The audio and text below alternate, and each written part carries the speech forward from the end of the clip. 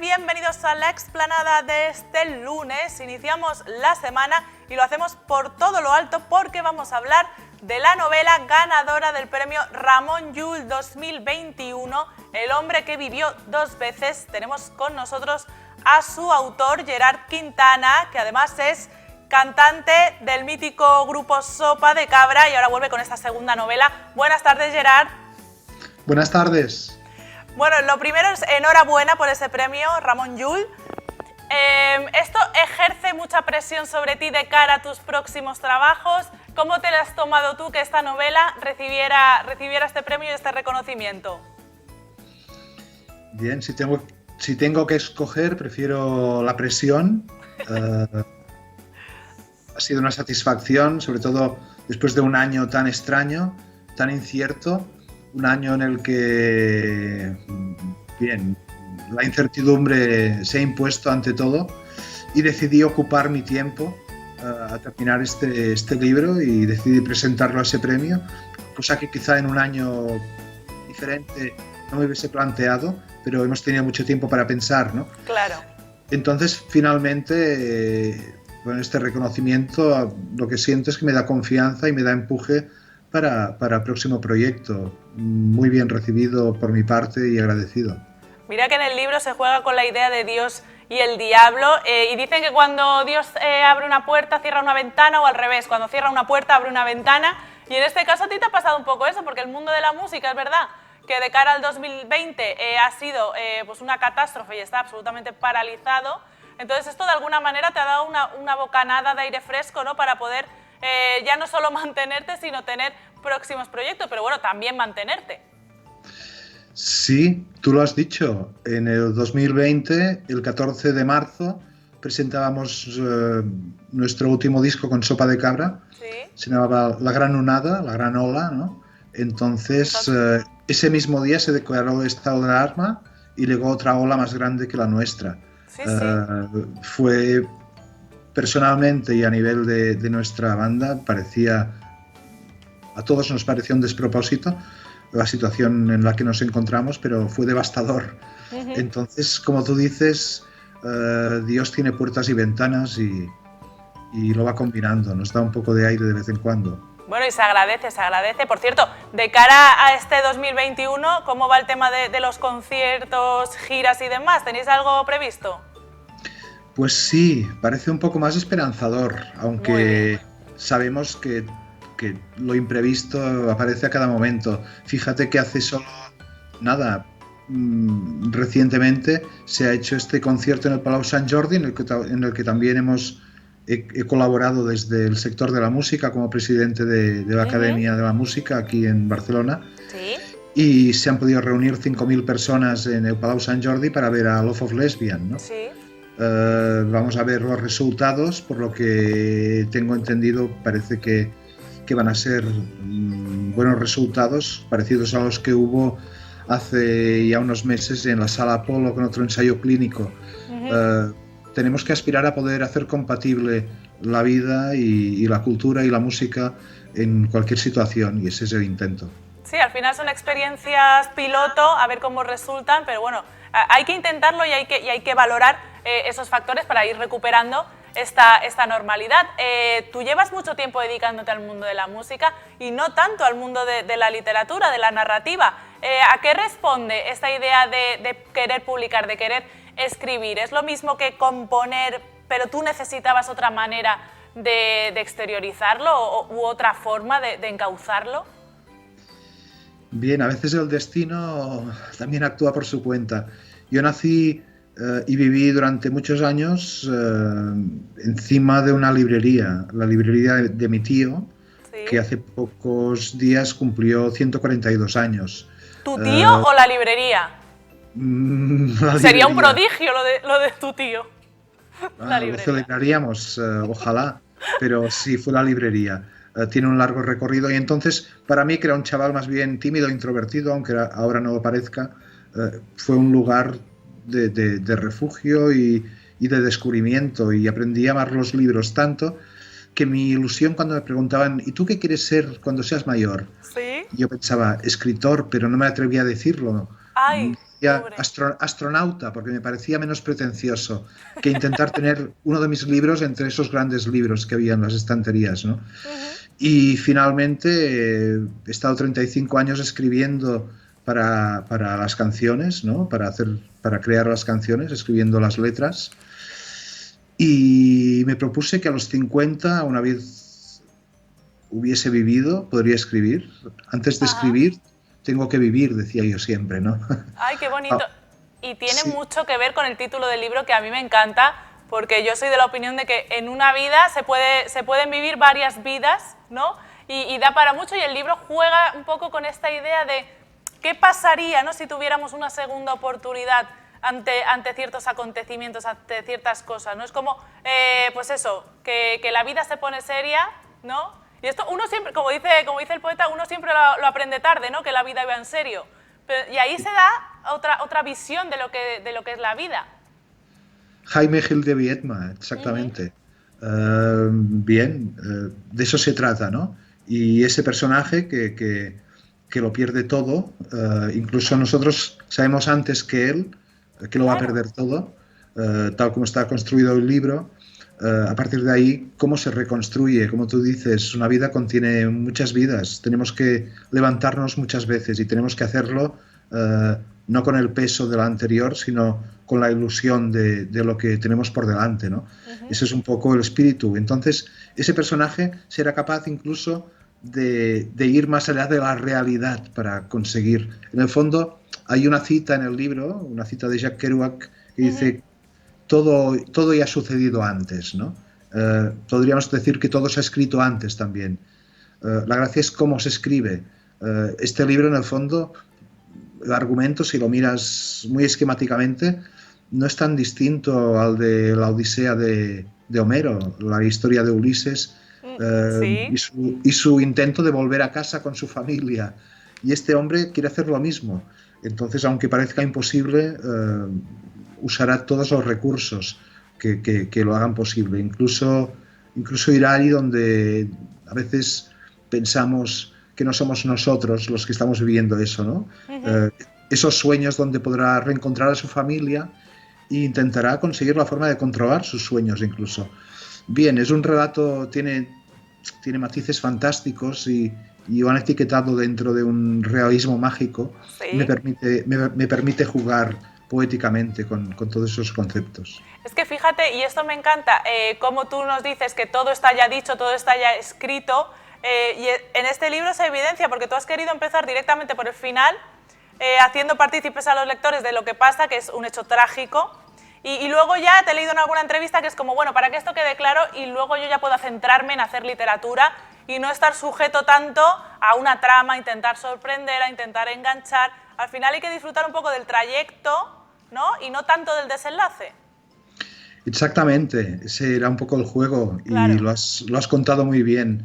Al mismo tiempo, pero eso nos permite, una vez aparece el personaje principal, el protagonista, en el primer capítulo de la primera parte, sabemos más de él que él mismo, sabemos a qué se va a enfrentar, sabemos qué va a perder, ¿no? Claro.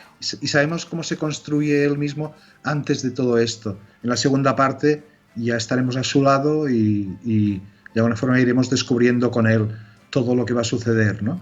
Pero ese juego, en el fondo, también que nadie piense que es inútil llegar al final porque ya lo sabemos. O sea, que se animen a leerlo y que sepan que una vez lleguemos a ese segundo final, cerremos el libro, habremos reencontrado ese inicio y lo habremos completado. Y habremos completado todo el ciclo del personaje. Bien, es un libro donde yo creo que una de las cosas que más me están sorprendiendo es la reacción de los lectores. Entonces, de alguna forma veo que actúa como un espejo. Como están todos los miedos, todas las inquietudes, todas las vicisitudes del personaje, cada lector me resalta alguna parte o su impacto de alguno de los contenidos del libro. Y de golpe sé mucho mejor quién es, cuál es su vulnerabilidad, cuáles son sus miedos, cuáles son sus ilusiones, ¿no? Qué es lo que le inquieta, cómo ha construido su mundo.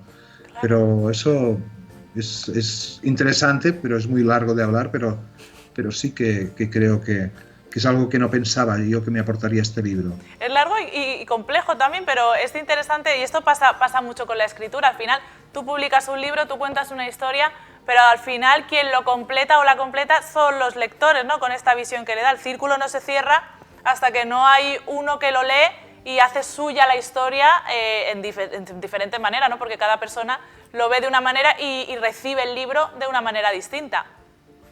Sí, muchas veces cuando dedico los libros escribo una frase que dice leer también es vivir dos veces, ¿no? Ah, qué bonito.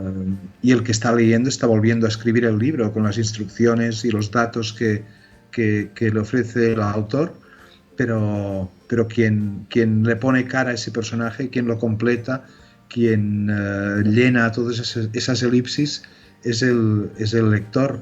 Por eso a veces cuando vamos a ver una película basada en un libro, si hemos leído el libro antes, nos produce un cierto rechazo, Sí, porque no es como lo hemos imaginado, aunque alguna vez también nos sorprende gratamente. Me estaba acordando que creo que, fíjate, esta idea fue el eslogan como de una feria del libro o algo así, que era un poco en esta línea de que leer es vivir varias vidas en una sola vida. Y eso, pues hombre, es que obviamente aquí también nos sumergimos en la vida de muchas personas y en el cine también ocurre. Ocurre mucho esto ahora que hemos hablado de la trama y no tanto del final, que hay personas que dicen, no te voy a contar el final de la película porque si no, no la disfrutas. Y yo, por ejemplo, siempre pienso, pues si yo la disfruto igual y casi que más, ¿sabes? No vivo bajo la tiranía esta del spoiler, que todo el mundo está ahora con que no se puede hacer spoiler de las cosas. Si es que hay que disfrutar de cómo se desarrolla y cómo se llega a esa conclusión, ¿no? Sí, ese es el secreto, creo yo. Pienso, vamos. ¿Cómo está contado, no? Claro.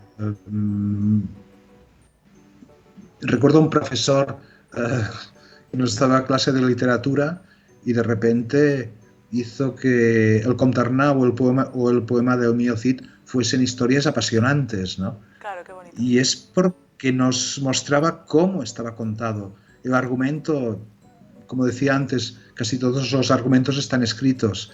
Llega un momento en que a veces estoy con mis hijos viendo una película con ellos y voy anticipando lo que va a suceder y me dicen, ¿pero ya la has visto? Digo, no, pero es previsible. Una vez sabemos un poco el patrón con el que están construidos ciertos géneros, ¿no? Bien, lo que la hace valiosa es cómo cuenta esa historia que todos sabemos ya, ¿no? Fíjate, tú eres un gran aficionado a la poesía, el protagonista del libro es poeta, con todo lo que eso conlleva, ¿no? Tú has querido homenajear de alguna manera, no homenajear, pero bueno, poner sobre la mesa un poco cómo serían esos poetas que estaban muy vinculados a la muerte, que no tenían miedo de abordarla y de escribir sobre ella. Muchos de ellos incluso acabaron con sus vidas y te he escuchado nombrar a Pavese o a Pasolini o a Silvia Plath, como no, y a otros tantos que no tenían miedo y que jugaron un poco con esta idea del espejo, ¿no? De estar a un lado y a otro. Y de alguna manera tu personaje también tiene mucho de esto. Sí, sí. Hay un momento en el que la abuela del personaje él recuerda que por su aspecto y su tipo de vida decía, pareces un poeta jubilado, un poeta retirado, ¿no? Cuando él reflexiona y dice, ¿cómo era mi abuela? Qué difícil es que un poeta se retire o se jubile. Cuando un oficio no existe, difícilmente, si no puedes casi vivir de la poesía, entonces difícilmente puedes retirarte de ella.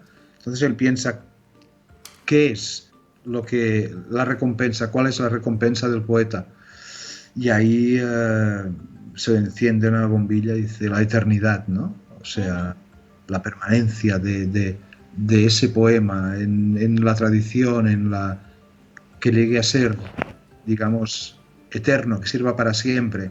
En esa idea, y también matizando y de alguna forma referenciándome a Picasso en un momento en que él dice que quizás la abstracción es lo más cercano o lo más próximo a la realidad.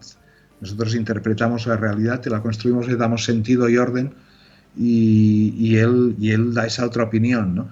Entonces yo ahí recupero y pienso que quizá lo más perfecto, lo más real, lo más completo que existe es un poema, un soneto al cual no le sobra nada, absolutamente, todo es importante, donde, digamos, no hay nada que falte, ni hay nada que queramos y podamos eliminar.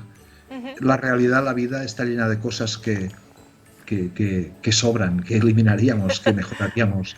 Sí. El poema, si es bueno, no es mejorable. Ah, qué bonito esto. Y sobre todo lo que tú bien dices, está limpio de esos esquemas tan rígidos, ¿no? de la realidad o de cuando escribimos un texto meramente descriptivo. Esto también pasa con la música, el hecho de lo de no jubilarse. Al final, bueno, no sé si tú te lo planteas, pero es verdad que los grandes músicos siempre dicen que morirán encima de un escenario. No literalmente, sí, pero bueno. Ahora me has recordado que hace 2 años, creo que fue, o 2 años y 2 meses, se consiguió uno de los objetivos del Estatuto del Artista que se estaba trabajando y que todavía está pendiente de tramitación en el Congreso de los Diputados, y se hizo un cambio para que los autores, los músicos, los compositores y también escritores pudiesen compaginar sus derechos de autor con la jubilación, porque hasta ese momento tenían que escoger, tenías que decidir si preferías cobrar tu jubilación y eso hacía incompatible seguir cobrando tus derechos, o al contrario, si querías cobrar tus derechos, tenías que renunciar a la jubilación. Digamos que construir canciones, construir libros, en este caso, se consideraba una renta de trabajo. Claro. Ay, se ha congelado la imagen y era interesantísimo esto que nos estaba comentando, porque, claro, como todo en esta vida, habría artistas y hay que con los derechos de sus canciones podrán vivir. Esto, Perales, por ejemplo, no tiene este problema. Pero igual hay otros, que son la gran mayoría, desgraciadamente, que, claro, si tienen que vivir de los derechos de sus canciones, pues no pueden ni comprarse unas pipas. Entonces, hay que garantizar, como bien nos está diciendo Gerard, los derechos de los músicos. Él sabe mucho porque es presidente de la Academia Valenciana de la Música, de la Unión de Músicos, y bueno, pues sabrá la situación de precariedad que están viviendo. Estamos intentando recuperar la conexión con él, y ya casi para finalizar la entrevista, porque es un libro que no vamos a desentrañar más lo que encierra. Recomendamos que se lea justo ahora que estamos en Semana Santa y que empiezan las vacaciones o días libres para mucha gente. Pues oye, una gran lectura puede ser este libro que, como bien nos dice, y a mí me gusta mucho, es que recupera, que casi parece que está leyendo algo de literatura griega, de esos mitos, porque aparece la idea de los dioses que manejan el destino de los hombres, y es una cosa que a mí me ha gustado mucho porque recupera esta tradición. Compañeros, ¿tenemos a Gerard? No, creo que todavía no lo tenemos. Creo que tenemos algún problema con la conexión. Yo aprovecho para anunciar que en el programa de hoy, cuando tengamos a Gerard, terminaremos de charlar con él, pero tenemos más entrevistados, porque vamos a hablar con Cayetano Sánchez Butrón, que es presidente de la Escuela de Negocios de Fundestem, y nos va a contar todas las novedades, todos los acuerdos que han firmado con diferentes instituciones y asociaciones de empresas para dar la mejor oferta formativa. Y también tenemos a nuestro querido Alfredo Campello, que hoy viene a hablarnos del barrio de la División Azul, bueno, lo que se llamaba División Azul, que ahora es el barrio de Miguel Hernández, que además conecta, hoy desde luego que es que tenemos la actualidad, pero vamos, sobre la mesa totalmente, porque conecta con el homenaje que se celebró ayer por la muerte del poeta de Orihuela, Miguel Hernández. Así que vamos a hablar de esta historia de Alicante. Vamos a intentar recuperar a Gerard, que creo que ya lo tenemos con nosotros, creo. Vale, me comunican que no lo tenemos con nosotros. Pues sería un buen momento para irnos a publicidad y volver. No sé si vamos a poder hacerlo, pero de momento estamos intentando recuperar la conexión con Gerard. Y vamos a ver si conseguimos hacerlo. Nos tomamos un brevísimo descanso y enseguida, crucemos dedos, podamos volver con Gerard Quintana.